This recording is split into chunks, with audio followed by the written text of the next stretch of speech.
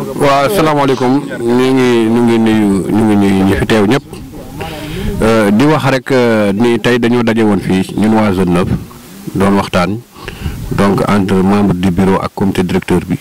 ak président ASC yëpp teewoon nañu ñu bëri teewoon nañu am na xew-xew boo am ci zone bi nag moo tax xëy na ñu bëri ñëwuñu waaye li ñu bëgg wax fii rek mooy wax dëgg neex yàlla ça fait 2 ans yaakaar naa ni sport bi dafa xaw a naax saay fii ci zone bi te li ko indi woon mooy xew-xew bu amoon zone 11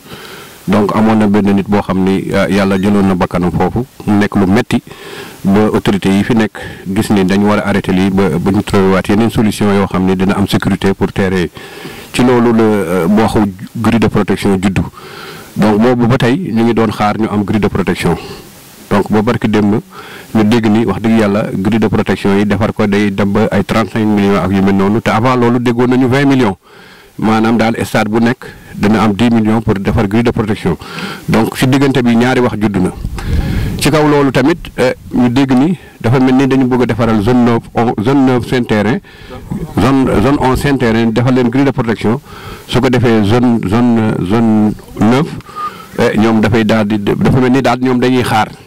wala li nga xam ni des na pour ñu mën a démarrer day nekk loo xam ni xëy na du doy ba ñu nar a dem di wuti leneen feneen te loolu ñun biñ koy dox ak bi koy waa bureau di dox yaakaar naa mi ngi si 4 mois ñu wax ci grille de protection yi ci biir commune bi pour ñu mën a dimbali ñu ak société yi nga xam ni nekk nañ fii ndax je me rappelle très bien defoon nañu délégation dem ci Laurent waxtaan ak ñoom pour ñu defal ñu grille de protection te Laurent nag xëy na lépp lu muy def ci commune bi il faut que mu jaarale ko ci biir mairie bi boobu ba tey gisuñu grille de protection kon ñun li nga xam ni daloon nañu te mu arrêté woon suñu nawetaan jógewul si ñun waaye xëy na kilifa moom buy defar day defar fépp ñun tam ñu nangu loolu te ba tey ñu ngi ci loolu bu ñu àggee tamit ci dindi ko wax dëgg yàlla dañu teg ay condition bi mooy terrain yooyu il faut que mu am grille de protection te yaakaar naa bu ñuy defal grille de protection terrain yëpp lañ ko war a defar en même temps mais mënuñu concevoir ñu ni dañuy defar fële d'après écho yi ñu dégg bàyyi terrain mi nga xam ni ci lañ taxaw nii donc ñuy lancer benn appel vraiment à l'autorité communale ak l'autorité bi nga xam ne l'autorité administrative que waa zone 9 ñoom tamit bëgg nañu am grille de protection ndax ASC yi quelque part xëy na xawoon nañu am retard ci wàllu affiliation ak réaffiliation mais yaakaar naa ni au moment où nous sommes 70% wala 80% ASC yi affilié nañu ba dem moo ci mujj te yaakaar naa ni yokkaat nañu fan yi te xam naa ni yeneen ASC yi daañu ñëw donc loolu daal la ñu bëggoon wax si tënk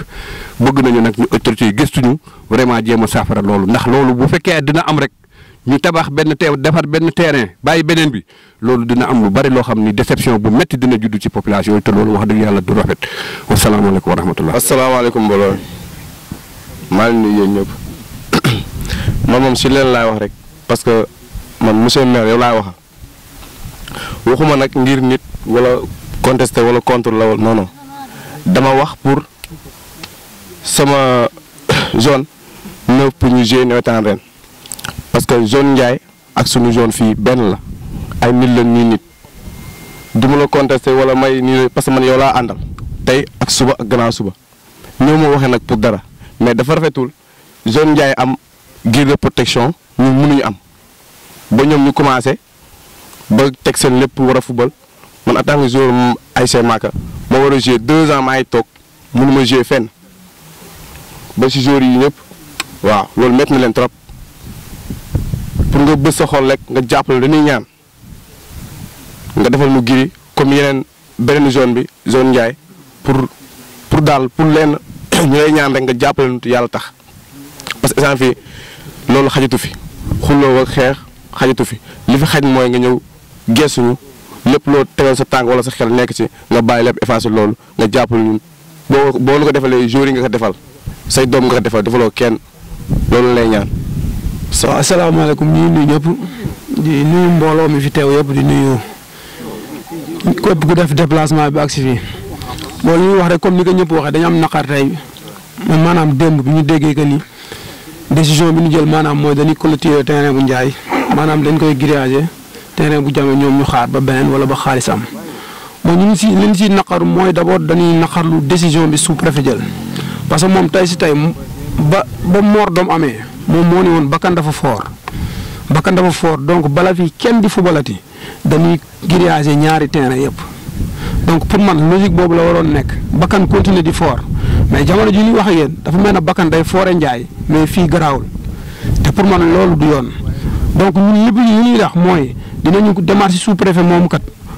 arrêté bi mu génne mu leeral ñu ko suñu bopp bu ñu fa jógee bu ñu amul résultat bi ñu bëgg dañu dem si préfet bu jógee dañu dem si gouverneur parce que li ñu yoon mooy tey si tey ñun ñëpp dañuy bokk football ci terrain bu ñu grillagé wala ñun ñëpp ñu toog xaar ba xaalis am mais li ñu yoon mooy mënoo ñëw le chef-lieu de commune nga bàyyi ko fi dem njaay di grillagé ñoom ñu football ñun duñu football wala ñun ñii mën ngeen football mais garaaw RAS nice bu dee amee comme li amoon fee rek ñu arrêté waat lépp donc ñun loolu la ñuy naqarlu beneen mooy monsieur le maire itam moo promettre nit ñi ni leen dina grillagé ñaari terrain yëpp donc bu demee ba ay waxam waroo de am leen lu mu ñu rôle donc ñoom ñëpp ñu leen di interpeller lii am mooy nawetaan day am si ñaari zone yëpp wala nawetaan bañ am si ñaari zone yëpp ñu toog xaar ba xaalis am comme que ñun fii dans l'informel lay dund suñu commune bi comme boutique donc ñu toog xaar ba xaalis am mais duñu mosoon nangu benn zone di football ñun ñuy toog fii di football wala di tayle suñu bopp loolu duñ ko mosoon nangu wasalaam. waaw ñoo leen toog si kanam kon. Donc merci beaucoup. D'abord nous remercions le Yalar TV et nous leur encourageons sur le travail qu'il fait au niveau de la commune. À travers aujourd'hui vos écrans, nous nous adressons aux maires, à l'autorité également administrative au niveau de la commune de Diama. Qu'est-ce qui nous a réunis aujourd'hui? Vous le voyez. Ici,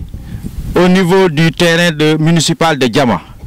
là où joue la zone 11, la zone 9 qui regroupe beaucoup d'ASC. Nous sommes restés pendant près de 2 ans sans jouer aucun match. Qu'est-ce qui avait amené cela? C'est quoi? C'est que, on se le rappelle, il y avait un arrêté d'interdiction. Et cet arrêté d'interdiction n'était pas venu de nous au niveau de la zone 9. C'était au niveau de la zone 11 où il y avait une situation regrettable. Et à l'époque, il y avait un arrêté de suspension de tout le territoire communal. Et à l'époque, nous, on était au niveau du stade demi-finale. Nous avions demandé à ce qu'on nous laisse continuer nos matchs, mais le sous-préfet avait demandé à ce qu'on puisse suspendre toutes les activités parce qu'il y avait mort d'homme. Nous l'avions accepté parce que véritablement, le sous-préfet n'est là que pour bien faire. Mais aujourd'hui, après, nous sommes restés près de 2 ans. Et aujourd'hui, un autre arrêté de levée de suspension est tombé. Et dans cet arrêté-là, nous, on n'y comprend rien. Parce que dans cet arrêté, au niveau de l'article 2, on demande à la zone 11 la condition sine qua non de jouer leur nawetan. C'est une grille de protection, alors que toutes les autres zones, on leur permet de jouer sans grille de protection. Et cela, c'est ça qui nous interpelle. C'est ça qui fait mal aujourd'hui à la zone 9, parce que si nous sommes restés 2 ans sans jouer, on nous demande de faire une grille de protection pour les 2 stades. Et aujourd'hui, l'arrêté n'interdit que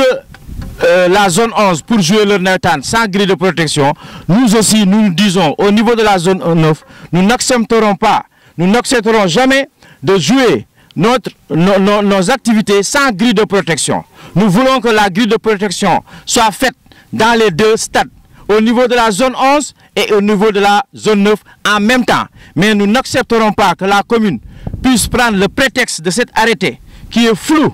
n'est-ce pas, d'après la compréhension de notre part, pour nous dire que vous pouvez jouer, les autres, il faut forcément qu'ils aient leur grille de protection. Donc nous lançons un appel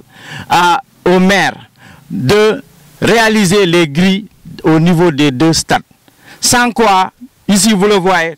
nous sommes unis comme un seul homme. Nous ne jouerons jamais si la grille n'est pas réalisée au niveau des 2 stades et en même